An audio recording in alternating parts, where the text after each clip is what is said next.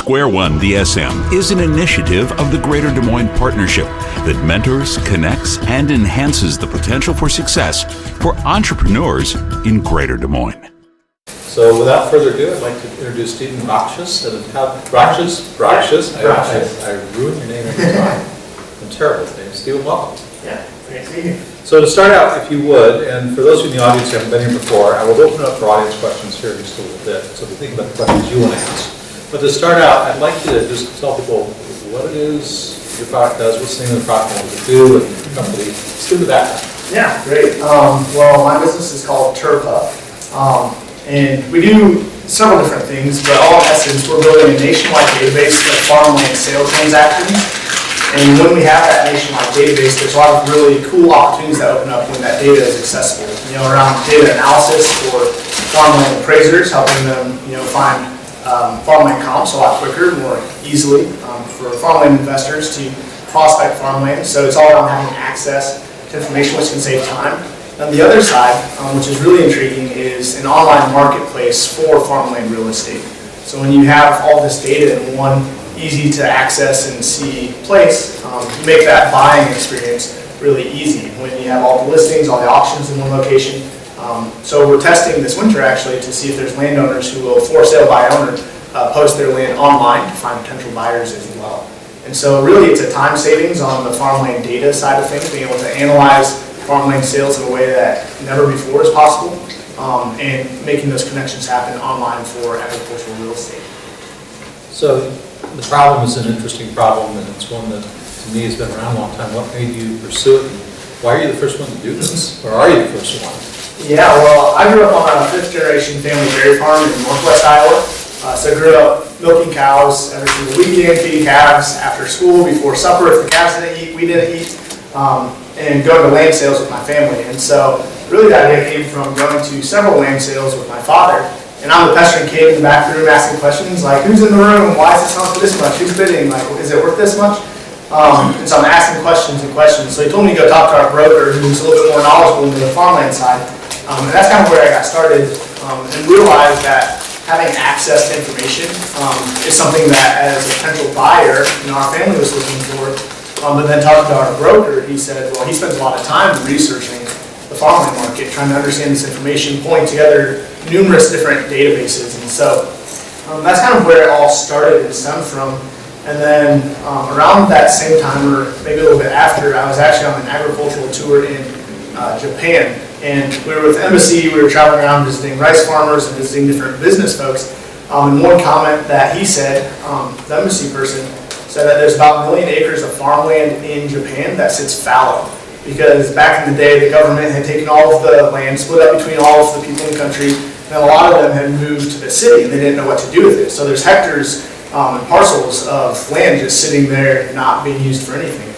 And so when I was at land sale that next summer, I was talking to my dad, and I was starting to put the pieces together. I'm like, well, what if there's 1 million acres of land in Iowa that could better be used if someone else owned it?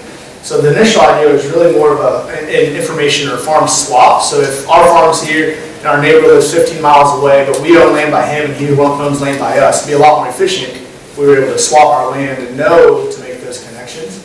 But then since then, it's really come down to having access to that information, and that's opened a lot of opportunities from there. All right. So right now, if I remember right, you're doing pretty much Iowa at this point. So if you could, what is your product offering today? What are you doing today in Iowa that people could log on your site and actually actively participate in, purchase? What's there today? Yeah, so today, if you go to terva.ag, you can actually, it looks like Google Maps, and you can see every single upcoming listing and auction that are listed through brokers across the state of Iowa. So currently there's about 430 active sales across the state. So you could browse and search and get connected with the seller of each of those auctions and listings. And then also for a paying monthly subscription, you can have access to the past sale transactions as well. So you can see not only what's for sale, but what is land auctioning for, in your area of the state. What are land transactions going for with different quality of land and soil. And so you can search. Today we're tracking a lot of data information. If we pull all that data in around the sale transactions to one database, make it searchable on a map interface, And then we add layers of geospatial information. So we have soil maps and satellite imagery on there. We're integrating crop history right now, so you can see what the crop rotations were as well, who the landowners are. And so if you want to go to our site today, you can see land that's for sale, as well as what land has sold for in the past year and a half. Is it just farmers wanting to buy land that are using it, or who else is using the site? Who are your, what are the types of customers you have? Yeah, so really it's anyone who's a vested stakeholder in farmland. So actually the majority of our users today are farmland professionals, farmland appraisers, farmland brokers, and ag lenders. Now, these are professionals who every single day, they're the experts in the industry, and they're talking the talk, they're understanding what's going on, and they want the latest information. And so they're the ones who are primarily, most regularly, using our data and our services. And then, the broader market, which is landowners who are looking to sell or looking to buy, and then farmers themselves, are the ones more browsing the site. So how do you find it? Still trying to figure that out. Okay. Good answer. Yeah, so really it's kind of in two segments. So the data services is one big side. So we sell monthly subscriptions for access to the online database. So for there you get access to all the data in the state. You can filter it. You can export spreadsheets and reports of comparable sales data. The second is we sell one-time reports. And so actually last week there's a financial advisor who has a client who's investing in farmland in Iowa, and so he's like, hey, I want some report or analysis of what the market's doing so I can speak knowledgeably to them, help them understand what's going on. And so we ran a custom report for them from the system, which we make money from. And then the other way right now is also direct feed API access to our sales data. So we have a larger appraisal firm, actually based out of Nebraska, but we're building API access directly for them and then other clients similar to them who have their own in-house software that they already use for appraisals and to analyze it. They just need the comps data on the past sale transactions. So on the data side, we monetize on all three of those streams, and we're starting to grow that client base, and we're actively selling there. The other side, we're really starting to test, and we're not generating revenue from it yet, is the marketplace components.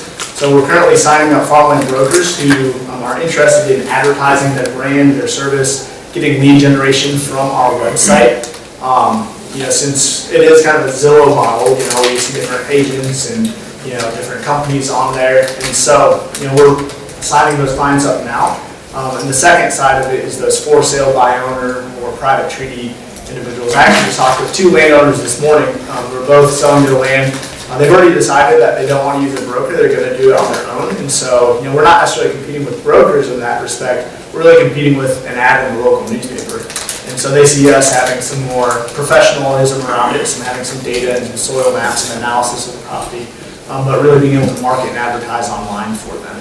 And so making money, we've got the data services and the data streams, and then the other side that we're exploring is those marketplace components. All right. So there's some technology behind this, obviously, you had to bring all this data together. Yeah. Tell us about the technical side of the company. Are you technical as a background, or are you one of the programmers, and how did you build the product, and without getting too deep, what's the foundation of the product? Yeah, well, I'm a farm kid, and I did not know any software developers until about a year and a half ago. And so that's been one of the challenges in the business. I have very deep roots in agriculture. I was very involved in 4-H and FFA growing up. But when it comes to technology, just very naive and just don't understand. So when I was in college, I went to a hackathon at Iowa State, and I couldn't code, but I'm like, I can design something on the computer. So I was the designer for our hackathon team. I did a startup weekend, started to broaden that network and meet people. And so, one thing's led to another. We had several different groups of people work on the product. We had some students throughout different periods of time work on it, and now we have a professional software development firm that does all of our technology. And so, all the back end and brains, for anyone who does geek out, is in Python. That's how we run all our algorithms and everything. And then we use AngularJS, for our web-based side. And so we do have a really robust technology side. And when our interface, really the challenges with it has been the GIS, the geospatial software. So not only are we pulling in data and we have a regular website, we're trying to correlate about a dozen different layers of geospatial data so that we can accurately link up what is the soil productivity value on this land, who is the landowner, what's the crop history. But we're pulling together different databases and stitching them together. So really on the technical challenges, A lot of it's been on the data side of things.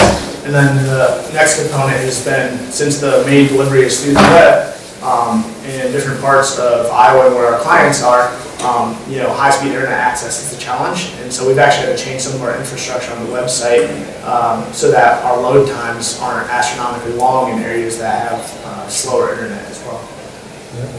So do you ever anticipate bringing the development in-house? Yeah, so that's something definitely we've kind of talked about. That would be, the best case scenario would be in-house. The second best is having that outsourced, and that's where we're at right now. And so as the company grows and scales, when it makes sense to bring that in-house, I presume that'll be a natural next step. But we've got a really solid, outsourced team today that's been able to.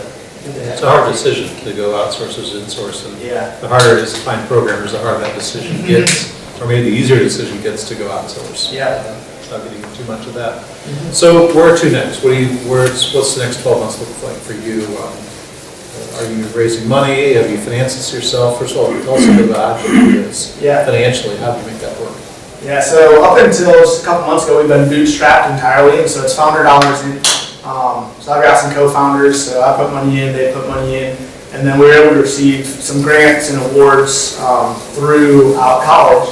And being in Central Iowa, the John Papa John Center, the Ag Entrepreneurship Initiative up at Iowa State. There's a lot of programs, the Ag Startup Engine, that have been able to provide funds. We've also tapped into some state funds, so anyone in the startup world in Iowa should know about the economic development fee and the pipeline of funds for beginning companies. So we've been able to receive low interest loans through that as well. We just started raising our seed round a couple months ago, and so we're in the process of getting that last quarter to a third of the money for our seed round brought in to help us get to our next set of milestones. And so looking forward, there's aspects of the company we can bootstrap because we're generating revenue, but really, especially the marketplace components, get at scale across the country, that's going to take some capital. And so right now we're just raising enough capital to hit some milestones that give us thumbs up or thumbs down indicator on parts of the business model. And once we get to about Q2 2018, we'll take all of those that have thumbs up, really come up with a full flush plan, and then start raising capital to scale outside of Iowa. And so that's kind of a little bit about our financing history and where we're at today. So how many founders? So right now it's myself, there's 3 of us technically, and then my 2 other founders, Thomas and Isaac, both of them had experience in a lot of different startups. Or one of them had moved out Silicon Valley and then is back in Iowa now. But they bring in the technical expertise as well as the marketing expertise. So I'm the ag guy on the team, and the sales and customer facing, and they're on marketing and product development. Great. Start thinking of the questions you would like to ask as we get here in just a few minutes. What's been the hardest? What's been the hardest thing for you along this journey? Yeah, there's been a couple of hard things. I touched on one before, is really just finding the team. Especially, like I said, I always want to find people who are like me and work with people who are like me. But to start a technology business, and I don't know technology, I can't find someone like me, right? And so that was one of the biggest hurdles and challenges, is just finding the right team with the right skills, and really not knowing what does it take to build a website, what does it take to collect this data. There's a lot of technology that goes into that, and you don't know what you don't know. And so that's been one of the hardest things. Another thing that we've gotten some pushback from as well is some incumbents in the industry who see what we're doing as competition. So there's farmland brokers. Some get really excited about it because oh, hey, if my listing's up there, more people can see my listing and it drives more traffic to me. There's other people who see us competing with farmland brokers who say, well, if someone can list your land for sale by owner online, why would they use me as a broker? And so we've actually gotten a little bit of pushback from, some brokers are in that camp and others are in the camp that are for us. And so it's just been interesting to navigate and try to understand that dynamic side of things. And, they all have relationships with each other and trying to understand that market going into it. The way we see it is, maybe when you say, if there's, when they post online versus using a broker, that could be competing. But really there's, people today in Iowa, it's about 70% of landowners don't sell their land using a broker. And so there's a good chunk of folks who aren't using brokers today. And so our kind of philosophy is whatever's happening in the real world, let's replicate that online.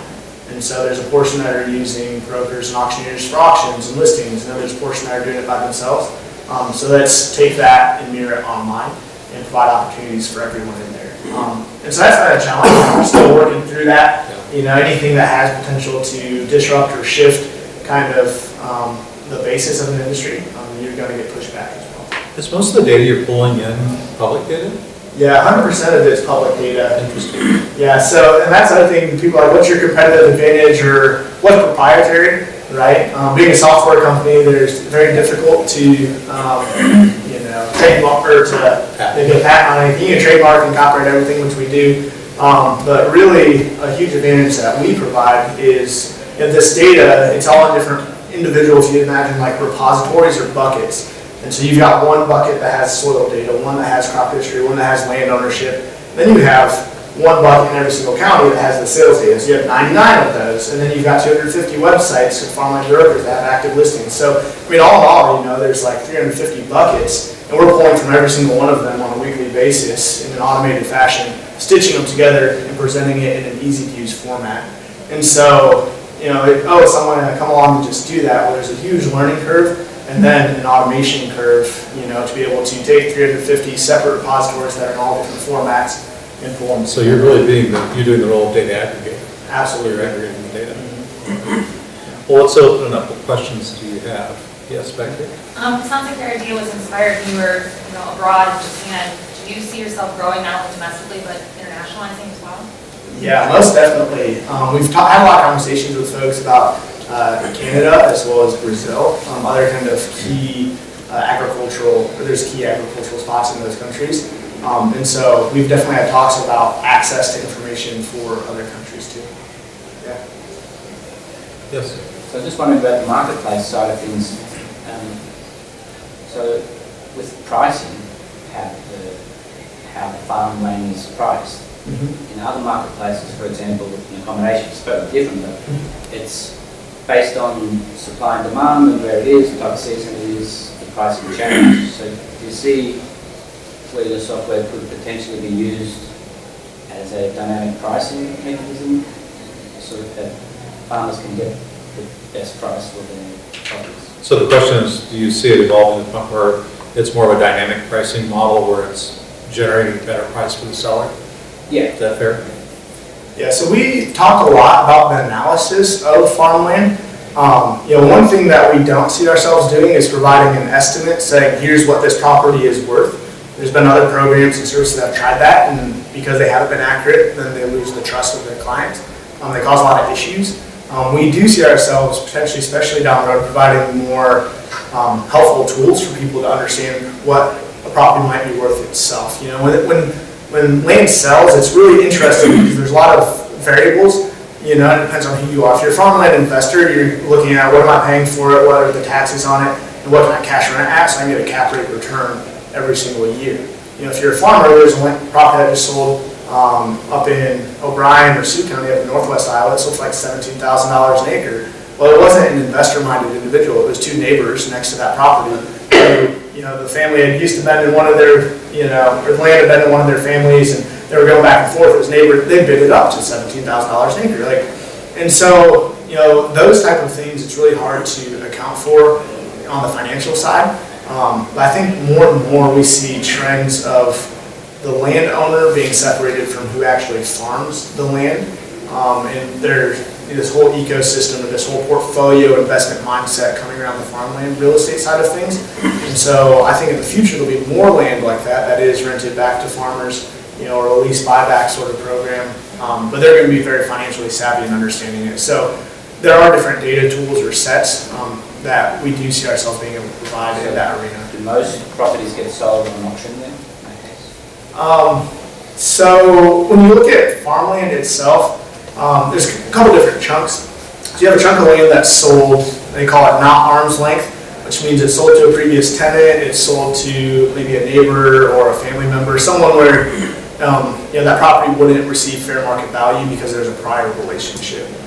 So about a third of the farmland in the state of Iowa sells in that sort of manner. And then you have kind of the rest of the farmland where maybe it is, if it's arm's length, about a quarter to a third of it sells using a broker, so that's auction and that's listings. And so you have public auctions where you get people in the room and they'll bid, and whoever has the highest price at the end of the day gets that land. You'll have listings where the landowner sets the price, and then they'll receive calls or inquiries from individuals trying to get that price. And then you've got this other side that are private deals done off market. About a third of sales in the state, or a little bit more. They're done off market privately that aren't using a broker. They somehow, whether it's post on Craigslist or Facebook, some people even post on Zillow, or talk with your attorney or your banker, try to find someone and then do it more privately. And so it's hard to say like, oh, most auction or most this, they're all kind of across the board. We really see ourselves playing in that arm's length transaction side of things. In the back. So you said you've got a number of kind of revenue models, and you said thumbs up, thumbs down as to which ones you want to leave running and scale. Yeah. Have you kind of developed some criteria for each of those around whether it's what traction or profit or the different kind of things you're looking at? I'm interested to hear you explain that. Yeah, absolutely. So we've got very clear milestones that show us that it's a thumbs up on each aspect of the model. So on the data side, we've got milestones for how many API customers we want, how many subscriptions, access to the data, how many reports that we generate. And then on the marketplace side, it's not, so those are even generating revenue, so it's more revenue based.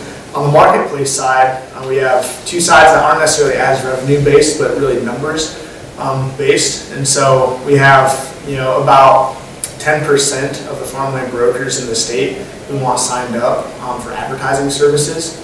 Then we also want 20 for sale by owner farmland postings on our site.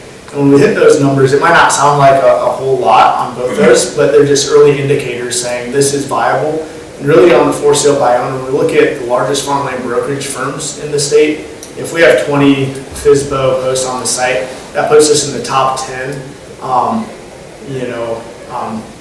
in line with the top 10 largest brokerage firms in the state of Iowa by volume on an annual basis. And so it doesn't take a large volume in the agricultural sector because there's a lot less transactions for us to see that there's a viable business opportunity here. Because then once we have that base, there's a lot of opportunities that we could monetize, expand that monetization as a business on the data side of things with analyses, or even on the marketplace, further advertising opportunities for both sellers and professional services. Yes. I'll do next. I was just wondering about how I've been on your website, looked on your maps, and kind of seen what the interface is. Yeah. Maybe I missed it, but how is the data of rentable land been collected, or how is it going? It seems like it's quite a bit less / none. Yeah. So you didn't miss anything. Okay. Yeah. Was that is that just a harder, just overall hard to collect that kind of data? Yeah, so when we look at the farmland rental space, so we're testing that today to see what the interest is. And there is overwhelming interest on people looking for either, I want to rent land, or I'm looking for what are cash rent rates in this area, like hard data, not just an opinion-based survey that once a year, right? On the rental side, it is something we see ourselves stepping into, and as a business, we think there's a huge opportunity because there's a lot of folks, probably just like yourself, who are looking for that.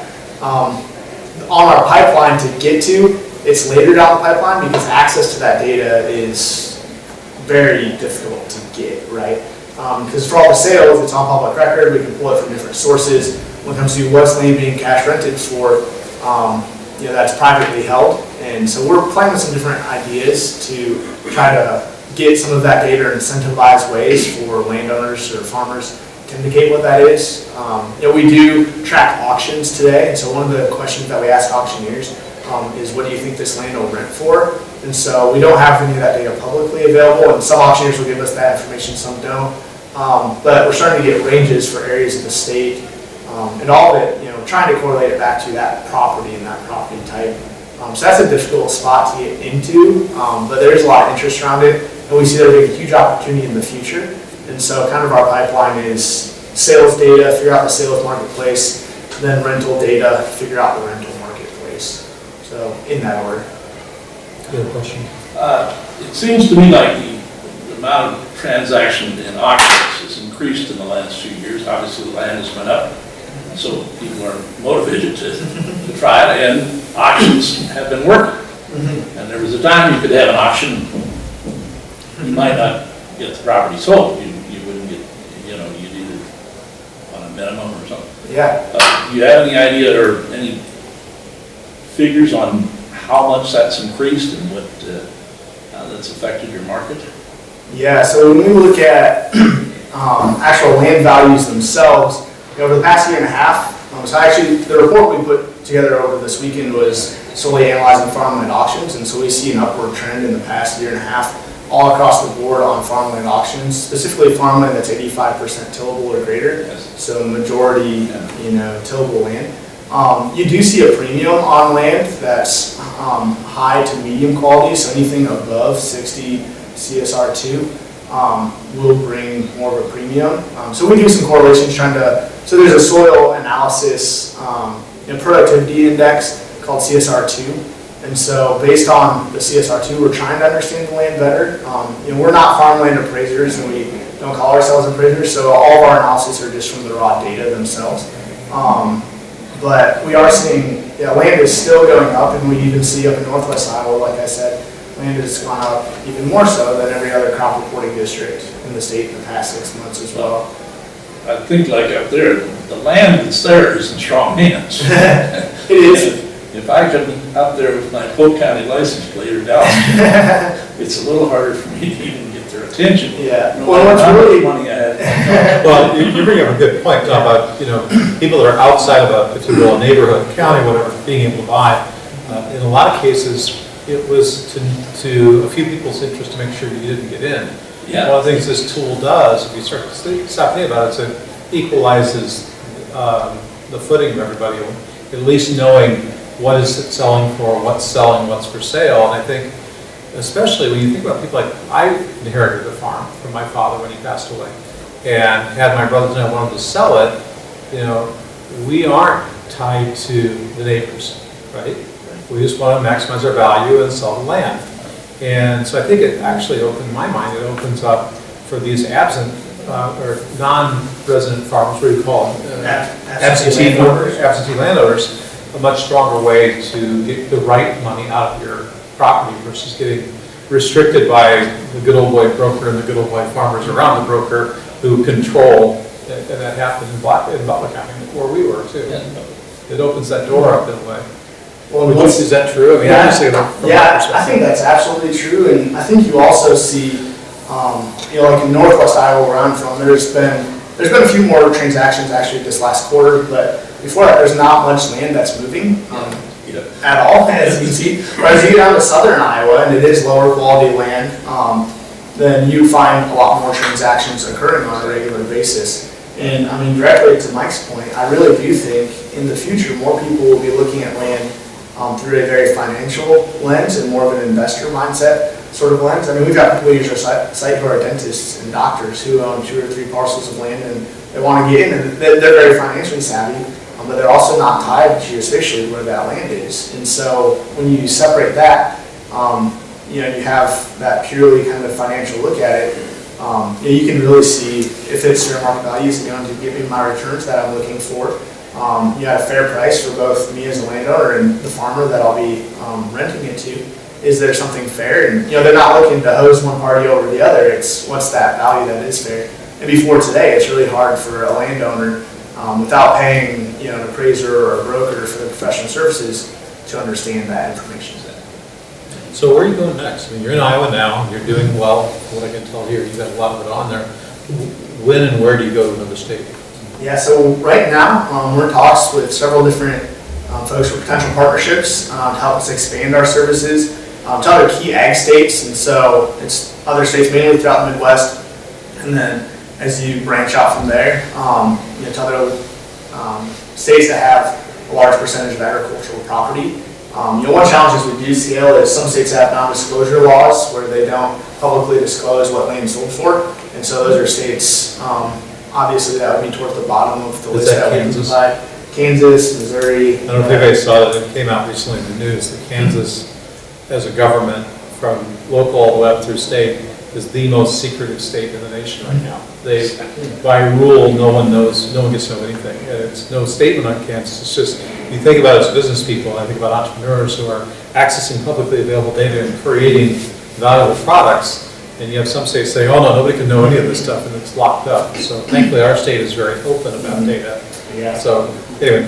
Yes, I mean, that's where we're going. We're securing some partnerships right now. And also we have some clients, so some of our growth will be client driven as well. So we have our list of priority states.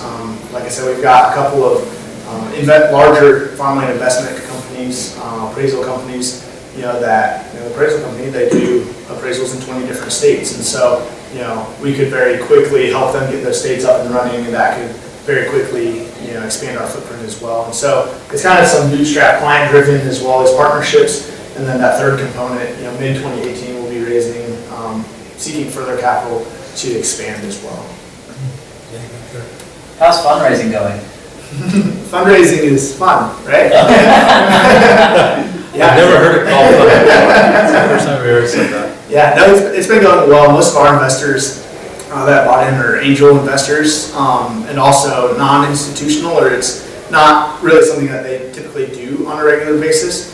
What I've learned specifically in the agriculture side, the more I look for, agricultural investors like a landowner, for say, they're very risk averse, and they're looking for, like I said, a landowner's looking for their, 3%, 4%, return on their property. And so the language of, hey, we're doing a convertible note and raising money is very different language than the people that we're talking with. So that has been a hurdle. Has been a challenge in this process, where a lot of these people have started business partnerships before. They're like, oh yeah, we're going at 50-50, let's do this. And I think the intensive capital requirements for us to do that, just 50-50 with one person being the money person, it's just not going to work. And so there have been some challenges just in the language side of things. There's been great networks here. I mean, you've provided, connections up in Ames. There's folks that provide connections who are more savvy, specifically on the software side, or even on the real estate, not ag, but real estate side, where we've been able to get some traction with early investors as well. Greg, you have a question? So you talked a little bit about who thinks of you as a competitor. Can you talk about how you guys think the competitive landscape, and are there people doing this in Iowa or in other states that are competitors to you? Yeah, so when we look at our competitors, we see them fall into three kind of buckets. One, there's the traditional thinking, the traditional models of traditional farm managers, traditional farmland brokers who are making those connections happen. So we see that as being a different model. We don't see ourselves, in some fronts, in respect, we are competing with them, and a lot we're not. When we look at auctioneers back in the day when eBay came out, all auctioneers were like, oh, we're all going to be out of jobs because eBay's going to take everything. Well, today, there's still auctioneers. People are looking for that premier consultative service for the assets that they're trying to sell. And so I think that market still will exist in the future, but again, there is some infringing on, if people maybe are on the fence or they're trying to understand what the value is, or they're savvy enough to do it themselves, we compete on that front. Another is there's some data providing services, that provide agricultural sales data. They're few and far in between. There's one here in Iowa, and it's a quarterly PDF that is sent to individuals who subscribe to it. And so, we're trying to beat them on the timeliness as well as the searchability of that data. There's a service that provides that in Indiana and Wisconsin and Illinois as well. And so we're actually in talks with them to potentially collaborate because they're looking at expanding their footprint, we're looking at expanding ours. But that, again, those are just quarterly data reports. Then the last is this online component side of things. There's several, Craigslist, of course, is out there that people are posting on. But there's a company called Acre Value, one called AccuAcre. They're really farmland estimation services, so they have algorithms to estimate what land values are. We very strongly say we don't provide any estimates. We only provide real, actual data, which differentiates us. But neither of them are doing really the marketplace component, making it easy to find auctions and listings and post your land for sale. So we don't have a true competitor in that sense. But when we look at the landscape, there's people doing bits and pieces of what we provide, and we kind of build upon the best of each of those and are positioning ourselves as that premier online place to prospect, buy, sell farmland all across the board. And so it's hard to say, we don't have a true like one-to-one competitor, but there are people who are watching. So can you talk about the egg tech market and where you can see Terva? Because there's obviously a lot of big egg companies that are buying and acquiring the startups. So where do you kind of see yourself there? Yeah, so in agriculture, actually in the last 2 weeks I've attended 2 kind of rural and agricultural investment conferences. So we look at ag, for the most part there's not really any IPOs as an exit for a business. The majority of them are acquisitions or mergers that occur. And then the other option of course is to grow and be a standalone profitable business, which sometimes does happen.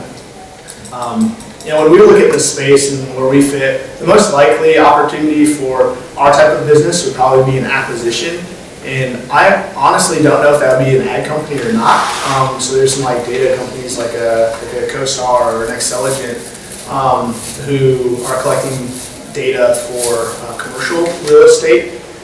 You have like the Zillows of the world and Trulias that collect data, are aggregated for the residential side.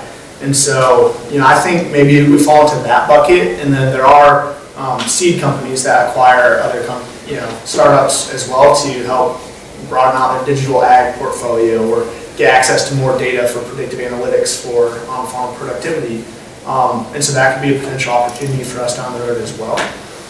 So we're very aware of different options out there, and we're in talks with a couple different folks just to be on people's radar and learn what we need to do to position ourselves the best in this market. But for us really as a business, it's if we get customers and we can provide them value, then later on down the road something will come along to help us out as well. Is your marketing mostly just word of mouth, or are you doing more to get the word out to like people who might be interested in buying or selling? Yeah, so right now we are doing direct outreach for the data services. So a lot of that is, we have a list of what the companies are, we're calling them or emailing them, or a good chunk are all already on. We put out some free reports, and so they're already subscribed to our list. And so we're very actively doing sales on that side. Not much paid marketing wise at this point. And then on the marketplace component, we're doing really exploring, and so we're not high pushing, hey, we're selling this. We're still trying to understand what our price points are for both advertising and for the for sale by owner. There's also a critical mass component, right? So for advertising to work, we need eyeballs. For eyeballs to work, we need people come to the site. And so while we're just in the geographic bounds of Iowa, we're not trying to get eyeballs to get to that critical mass. We're trying to validate each of the other aspects of the business model. And then when we take on further capital and start expanding, then we'll really ramp up marketing. So, literally this morning, I was on the phone with 2 landowners. One of them, this person who posted their land for sale on Zillow. And so I called him up, asked him, hey, I said, I'm not looking to buy your land. I'm sorry, I'm not a good lead for you. However, I want to learn, why did you post on Zillow? What did you like? What did you not like? Trying to understand that process. And so right now the hardest people to find right now are landowners looking to sell their land who aren't using a broker. Because a lot of times they're not able to get the word out very much, and so it's hard to find them. And so if anyone knows those people, send them my way. Because we're trying to learn and understand that market. But it's just reaching out to those individuals. We also, like I said, we put out reports regularly. So we do a quarterly report that gets picked up by like Successful Farming and Progressive Farmer and Iowa Farmer Today. So we are in some news publications, which has brought people to us as well.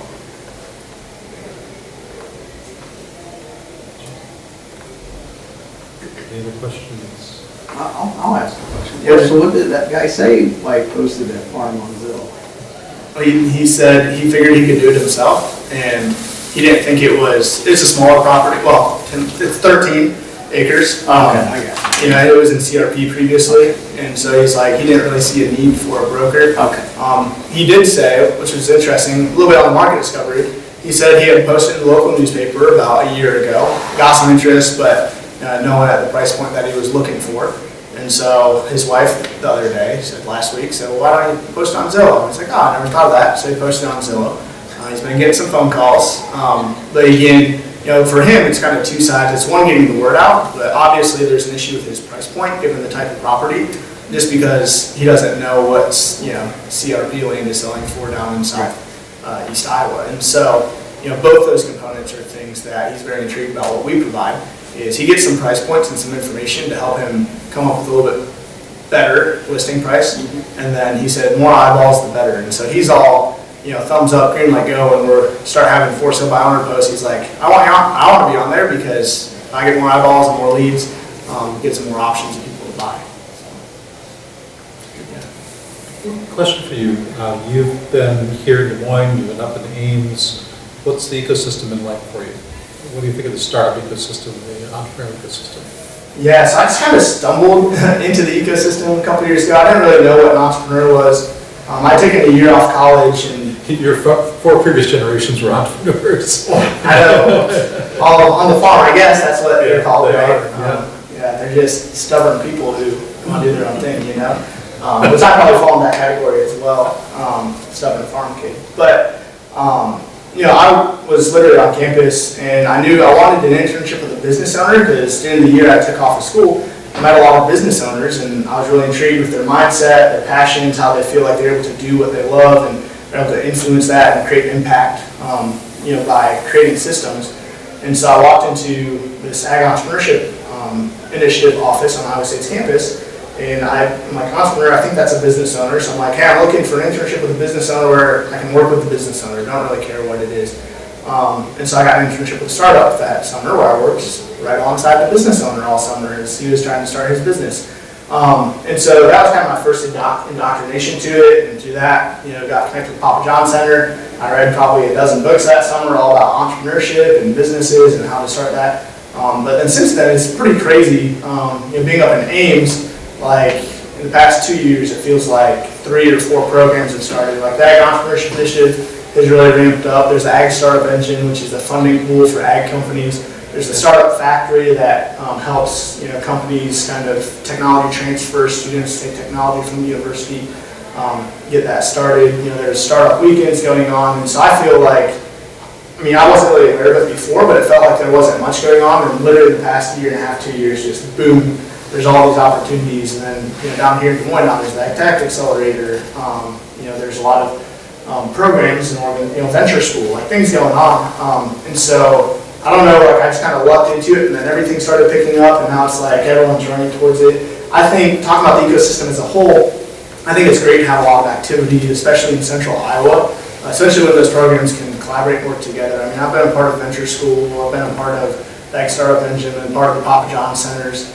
I've benefited from what Square One does and Des Moines Partnership. So I've kind of sought out the best of everything that I can do. There's an organization called Entrepreneurs Organization. Been able to really plug in. So there's opportunities to plug in. I think what will be really exciting, and hopefully we can all see this in the next 5 to 8 to 10 years, is for these programs, since they're so young, there's not a lot of success stories yet. I think there's a lot of learning for each of the programs of where they fit the ecosystem, how do we position ourselves to provide the most success at what stage of company. And so I'm really intrigued and interested to see how does that shake out and what's that interaction or pipeline look like from one program to the next as entrepreneurs go through those phases and then get ultimately to having a profitable business, securing product market fit, having an exit, or running your small business yourself. And I feel like the Papa John Center across the state has a lot of success stories. All the programs here in Central Iowa are so young. I'm excited to see where the success stories come from and how that turns out. Any other questions before I wrap up? Yeah, just one final one. So, what does the end game look like? Not necessarily for you, but for your model. Let's say, for example, with autonomous vehicles, one might say the end game will be there will be half as many parking lots because people will just come to work with their autonomous vehicle and then how will go back. So, what in your model, how do you imagine it's going to look? When it's optimized the way you sort of think. That's a good question. That's a really good I like question. that question. I think about a lot of things about the future, specifically when it comes to farmland.